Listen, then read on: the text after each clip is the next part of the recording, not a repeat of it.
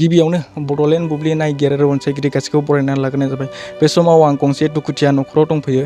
थांनाय 5 जानुवारि खालि क'क्राझार जिल्ला बतझ'र महकुमानि थिपखाय पलासगुरि गामिनि रिथा बाला ब्रह्म लोगोसे बिनिनो असे बिमा बिथांमोना जे क'क्राझाराव नार्सनि ट्रेनिं हैनो होननानै थिपखायनिफ्राय बग्रिबारिजों थांबाय थानाय समावनो लामायाव हरखाबै जाब्रबथाय जादोंमोन। दा बे जाब्रबथाय जानायावहाय रिथा बाला ब्रह्मआ जोबोद गाज्रियै जोखोम जायो। बिथांनि आथिङा थोंसे जयो, लोगोसे फेन्दायावबो गोब्राबै जोखोम जायो। बेजों लोगोसे खाफाल गोनां बिमाया बांद्राय जोखोम जायैलाय माखासे ट्रिटमेन्ट लानानै बिथांनि बिमाया दा न'आव दंफैयो। दा जों बिथांनि बिमानिफ्राय मिथिनानै लागोन जे बैफोर जाथाया माबोरैहाय जानाय, लोगोसे बिथांमोना दा बिथांनि फिसाजो जे रिथा बाला ब्रह्म बिथांखौ ट्रिटमेन्ट होनो थाखाय दा गोबां रांनि मदद गोनांथि जानायलाय बिथांमोना रायजो राजाफोरनिफ्रायबो जा गरसे हायो बिथांमोना मदद बिदों। दा बे समाव जों बिथांनि बिमानिफ्राय मिथिनानै लागोन। थांबाय थानाय समाव आं थाल मोनाखै माबे गारिया सौग्रावा, आं मारुथिखौसो नुदों। नोंथांमोन गाखोनाय गारियाव साबेसे मानसिफोर दं? जों गाखोनाय गारियाव जोङो बिमा फिसा साब्रै, लोगो सासे साबा, ड्राइभारजों 6 जन। ओमफ्राय बेवहाय साबेसे जोंल' बिमा फिसा जादों। आंना फिसाया आथिङानो गैया, बेनाबो गैया। बाथ्राया जाहैबाय, आङो जेब्ला गामियाव दंमोन सासे मानसिया वार्कशपआव खिन्थादोंमोन। दा बे समाव बेलासि खाबायमोन, आं थाबैनो मोनथिनाय जायाखै। थाब मोनथिनायमोनब्ला आंबो थांनो हागौमोन आरो। दा गामियावबो एसे बेस्थ' हिसाबै आं थाब थांनो हायाखै। आं गामिनि गावबुरा। दा बे हिसाबै दा जाथायाथ' आं मिथिनायाव आं फुंनि समाव मोनथियाखै, उनावहायसो बे वार्कशपनि गेजेरजों मोनथिनाय जादों। बिसोरो सांमान्दानि सानै बिमा फिसा, ओमफ्राय जोंनि बे पलासगुरिनिनो आंनिनो न' खाथि। अब्लाबो आं मोनथियाखै, होनब्लाबो बिहाबो बिमा फिसा। ओमफ्राय बेलगुरिनि सासे सिख्लासा, बिसोरो क'क्राझाराव नार्सनि ट्रेनिं 6 थारिखनिफ्रायनो ट्रेनिं। बिसोरो अलरेडि माने रुम भारा रायज्लायखानानै फैदोंमोन। बावहाय बिसोरो खेबसेनो थाहैखानोसै होननानै बिदिं पत्र लाना थांदों। थांनानै बिसोरो थांबाय थानाय समावनो बे थिपखाय महामैया रड आमथलि बे मोनसे टार्निं दङ। बे टार्निंआव अट'जों, ओमफ्राय मोनसे अट' रिक्सा आरोखि, अट' रिक्साजोंनो एक्सिडेन्ट जादों। माने बे एक्सिडेन्टआव ओरैबायदि जाबाय, जोंना बे आंखौनो माबा जायो, बिमाय जायो बे रिथा बाला ब्रह्मआ। बियो ओरैबायदि गाज्रियै जखम जादों। बियो माने आथिङाथ' गुदिनिया थबस'खासै, जखाथारबाय, आरो फेन्दाना गुरुबनानै बेदर थेदर गजोबखाबाय, आरो आखाइ फारसे बायदों। दा बिराद दुखुनांथाव बाथ्रा। बेहा बिफाबो गैया, बिमा रान्दि। दा बेफोरो बिराद दुखुजनक।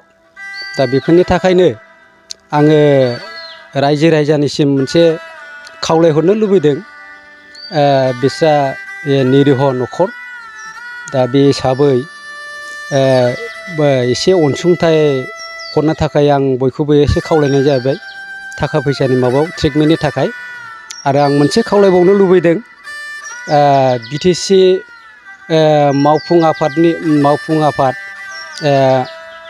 दासिम BTRनि चिफ प्रमद बर'निसिमबो आङो एसे खावलायनो लुबैदों, जाहाथे एसे अनसुंथाइ हरो बे ट्रिटमेन्टनि थाखाय। आरो आङो सावस्रि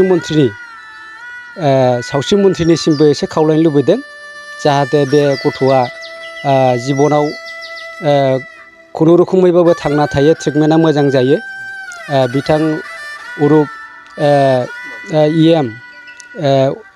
अरुप कुमार देनिसिमबो आङो हरगोन। बिथाङा जाहाथे एसे अनसुंथाइ हरनो हायो बे ट्रिटमेन्टनि थाखाय, आं बेखौबो खावलायनाय जाहैबाय।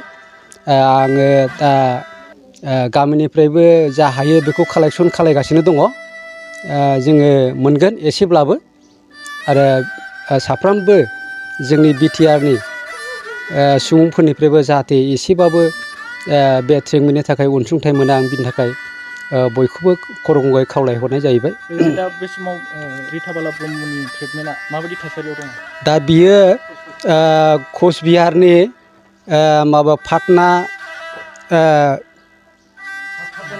पाटना नेहरू माबायाव दङ हस्पिटालाव प्राइभेट। दा अलरेडि आं खोनानो मोननायाव दहाय फन हरनायाव डाक्टारानो 3 लाख रांखौ बिखाबाय जाहैबाय देहानि थाखायल' आरो बेयो ट्रिटमेन्टनि थाखाय नङा। दा चेकआप खालायगासिनो दङ। दा बियो रायज्लायनोबो हाया आरो जानो लोंनो हाया, आइसोलेसनावसो दंहैयो। मेगन नायनो हाब्लाबो सेरखम नायनो हाया जाहैबाय। दा बे रोखोमसिमखौ फनजों आं मिथिनो मोनदों। दा बे रोखोमानोसै आरो दा बेफोरखौ जाहाथे बयबो माबा सहाय खालामलायो बिनि थाखायबो आं खावलायनाय जाहैबाय। बिटिआर हालाम लाइमोनफोरनि थाखाय मोनसे गोजोनथाव खौरां लानानै फैदों। ट्रान्सफर्म रुरेल इन्डिया फाउन्डेसन एनजिअनि गेजेरजों बिटिआर डेभेलपमेन्ट फेल'शिपआ मोनसे बिटिआरआव बेकार जेंनाखौ सुस्रांनो फेल'शिप प्रग्रामनि थाखाय अनलाइन सोलिगासिनो दं। बिटिआर गभ एडमिनिस्ट्रेसनजों लोगोसे खामानि मावफानो मोननाया गोसो गुदुं लाइमोनफोर आरो गोरों गोरा मानसिफोरनि थाखाय बेसेन गोसा सुबिदा। लोगोसेनो बेयो मोनसे बिटिआरनि सिङाव थानाय सुबुंफोरनि समाजनि जेंनाफोरखौ सुस्रांनायनि मोनसे मोजां लामा। ब्लक लेभेलाव खामानि मावनाय, ओनसोलखौ जौगाहोनाय बिथिं एबा आयदाफोर जेरै एग्रिकालचार आरो sericulture livelihood, education, skill development, employability, entrepreneurship, फिसा आरो गिदिर कारखानाफोर, health and nutrition, drinking water and sanitation, बोथोर सोलायनायनि सायाव नोजोर होनाय बायदि बायदि। बे फेल'शिप प्रग्रामा 3 बोसोरनि आरो बे प्रग्रामखौ लाग्रानो दान मोनसेयाव 20,000 दान बान्थाबो होनाय जागोन। नोंथांमोनहा बे प्रग्रामाव बाहागो लाफैनो हागोन आरो बिटिआरनि जौगाखांनायाव गावनिबो आखाइ होफानो हागोन। बे हाबाफारिनि थाखाय नोंथांमोनहा फैगौ 10 जानुवारि 2022 खालारसिम वेबसाइटनि गेजेरजों अनलाइन एप्लाइ खालामनो हागोन। अनलाइन खालामनो थाखाय गोसो गुदुं नोंथांमोना गाहायाव होनाय वेबसाइटआव अनलाइन खालामनो हागोन।